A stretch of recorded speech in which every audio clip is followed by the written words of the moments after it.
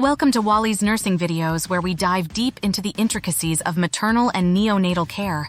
Today, we'll dissect crucial topics from early spontaneous abortions to neonatal jaundice management, equipping ourselves with the knowledge to navigate these realms with precision and compassion. Join me on this enlightening journey as we unravel genetic mysteries, decode diagnostic criteria, and explore interventions that safeguard the health of mothers and babies alike. Let's elevate our understanding, enrich our practice, and champion optimal outcomes together. Early spontaneous abortions. Genetic disorders are the primary cause of early spontaneous abortions, accounting for a significant majority of cases. Maternal factors such as drug use, a history of preterm labor, and abdominal trauma can contribute to early miscarriages, but are less common compared to genetic abnormalities. Chromosomal anomalies in the fetus are often the underlying reason for early pregnancy loss, and advanced maternal age increases the risk of such genetic errors.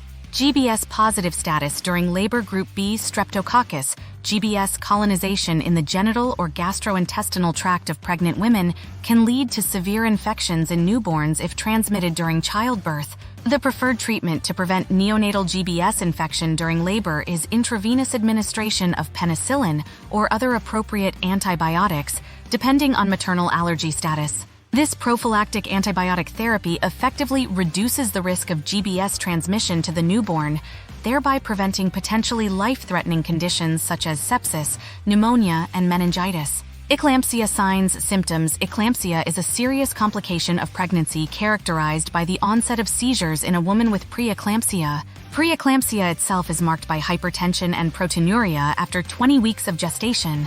Eclampsia can occur suddenly and without warning, posing significant risks to both maternal and fetal health.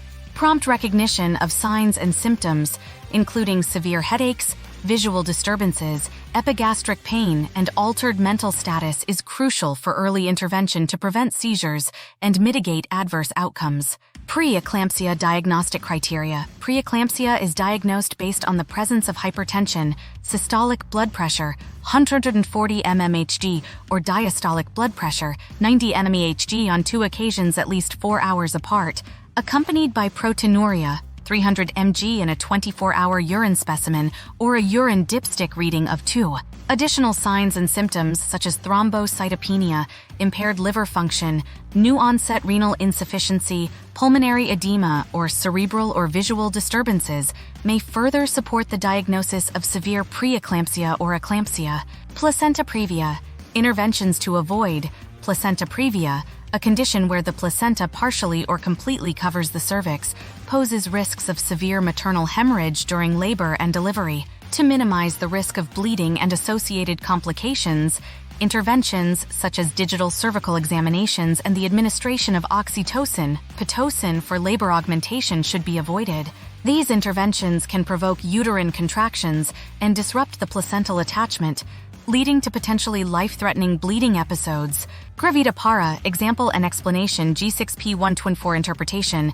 The obstetric history notation G6P2124 indicates a woman who has been pregnant 6 times, with 2 full-term deliveries at 137 weeks, 1 preterm delivery between 20 and 37 weeks, 2 spontaneous abortions or miscarriages before 20 weeks, and 4 living children. The presence of 1 preterm delivery suggests a potential risk factor for subsequent preterm births, requiring close monitoring and appropriate management in subsequent pregnancies. Infant heroin withdrawal treatment. Neonatal abstinence syndrome, NAS, occurs in infants exposed to opioids such as heroin in utero, leading to withdrawal symptoms after birth.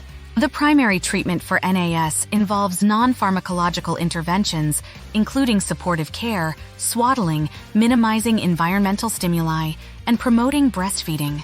In severe cases, pharmacotherapy with opioid replacement therapy, such as oral morphine or methadone, may be necessary to manage withdrawal symptoms and prevent complications. Signs symptoms of infant withdrawal. Neonates with NAS may exhibit a spectrum of withdrawal symptoms, including irritability, tremors, excessive crying, poor feeding, vomiting, diarrhea, sweating, fever, and hypertonia. These symptoms typically emerge within the first few days to weeks after birth, reflecting the infant's physiological dependence on opioids consumed by the mother during pregnancy. Prompt recognition and management of NAS are essential to mitigate complications and promote optimal infant outcomes. Routine infant assessment.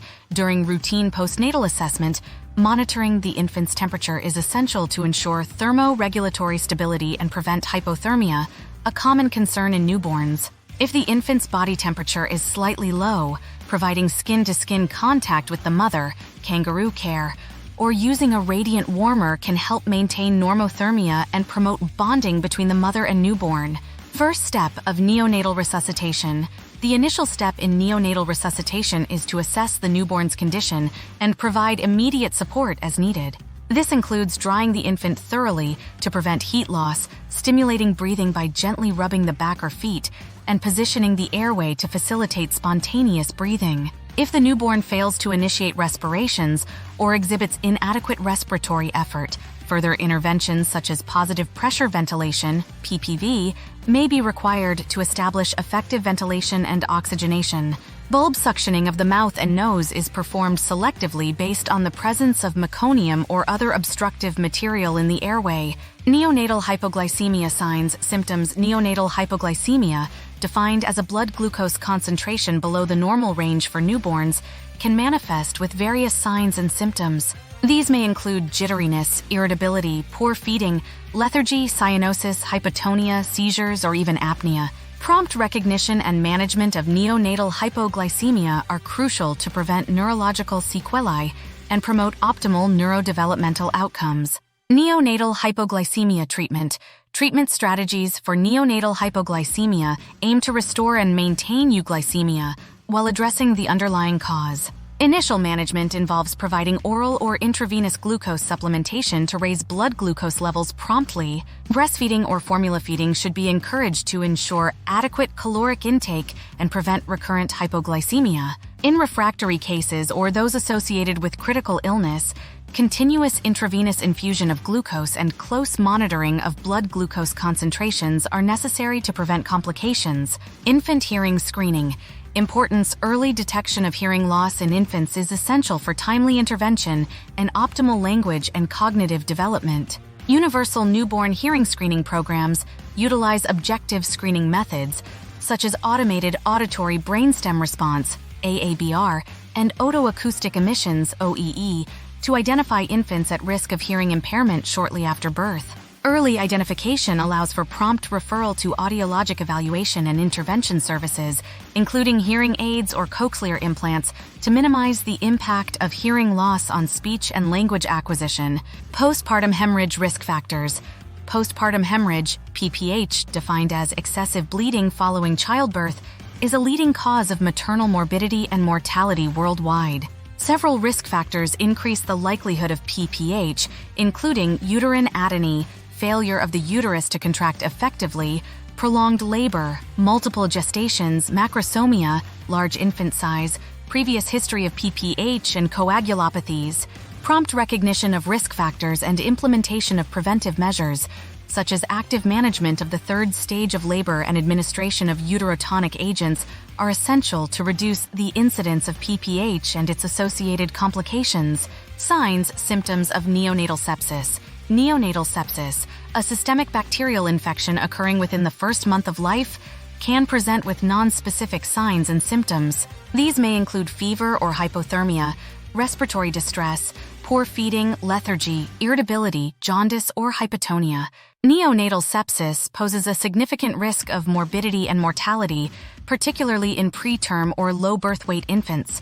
Early recognition of clinical indicators and prompt initiation of empirical antibiotic therapy are crucial to improve outcomes and prevent sepsis-related complications. Neonatal jaundice management. Neonatal jaundice, characterized by yellow discoloration of the skin and sclerae due to hyperbilirubinemia, is a common condition in newborns.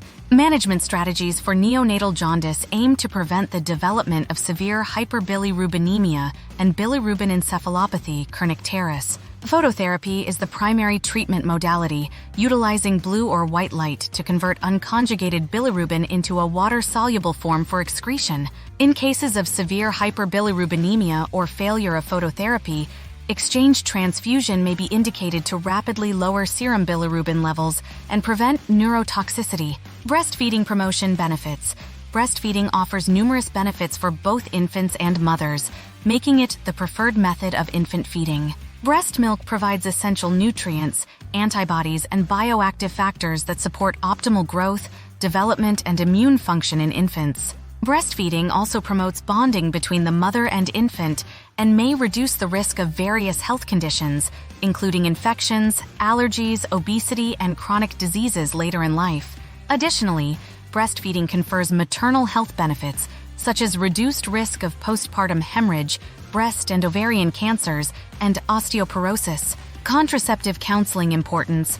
Contraceptive counseling is a critical component of postpartum care, enabling women to make informed decisions about family planning and birth spacing. Effective contraception helps prevent unintended pregnancies, thereby reducing maternal and infant morbidity and mortality. Counseling should address various contraceptive options, including barrier methods, hormonal contraceptives, intrauterine devices, IUDs, and sterilization, considering individual preferences, medical contraindications, and future fertility desires. Access to comprehensive contraceptive services empowers women to achieve their reproductive goals while optimizing maternal and child health outcomes. As we conclude today's lecture, remember that each insight shared here is a beacon of knowledge guiding us toward excellence in maternal and neonatal care. Let's carry forth this wisdom into our practice, fostering healthier beginnings and brighter futures for all. Thank you for joining me on this educational voyage.